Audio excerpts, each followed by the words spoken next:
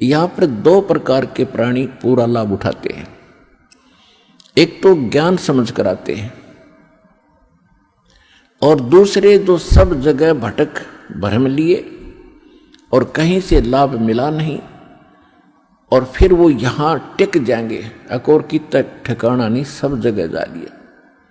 तो फिर उनकी व्यवस्था होगी, मजबूरी होगी यहां आने की, और यहां आते रहे तो वो लाभ मालिक देगा। और फिर हम ज्ञान सुनाते हैं यहां बैठाकर आपको।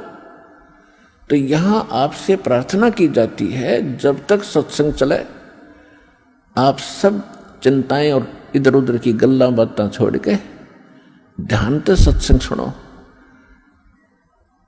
चाहे कोई रोगी है, चाहे कोई संकट है किसी प्रकार का, आप एकाग्रचित्त होकर सत्संग सुनोगे तो राहत मिलेगी और ये ज्ञान ग्रहण होगा।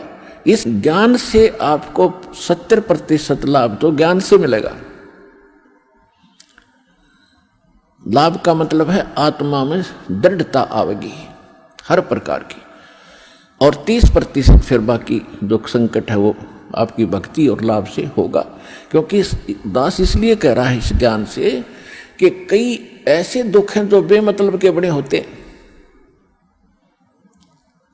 अब कबीर साहब कहते हैं, कबीर मैं तो जब डरूं ये मेरे ही संग हो, भाई मौत बुढ़ापा आपदा ये सब काहू को हो। ये इस तरह के जो ज्ञान के वचन हैं ये उस रोगी को, संकट वाले को बड़ा सहारा देंगे जो मृत्यु सैया पर है और ये सोच रहा है मेरा क्या होगा। देखो यहां कोई ना रहा और ना रहेगा। किसी की 2 दिन पाछे टिकट कट जाएगी, किसी की 10 दिन पहले कट जाएगी। यहां नहीं रहना किसी ने। लेकिन दुर्भाग्य उन प्राणियों का होगा जो सतलोक आश्रम बरवाड़ा जिला हिसार में ना आए होंगे। वो कति खाली जाएंगे, कति खाली टोटली नष्ट करके जाएंगे जीवन को।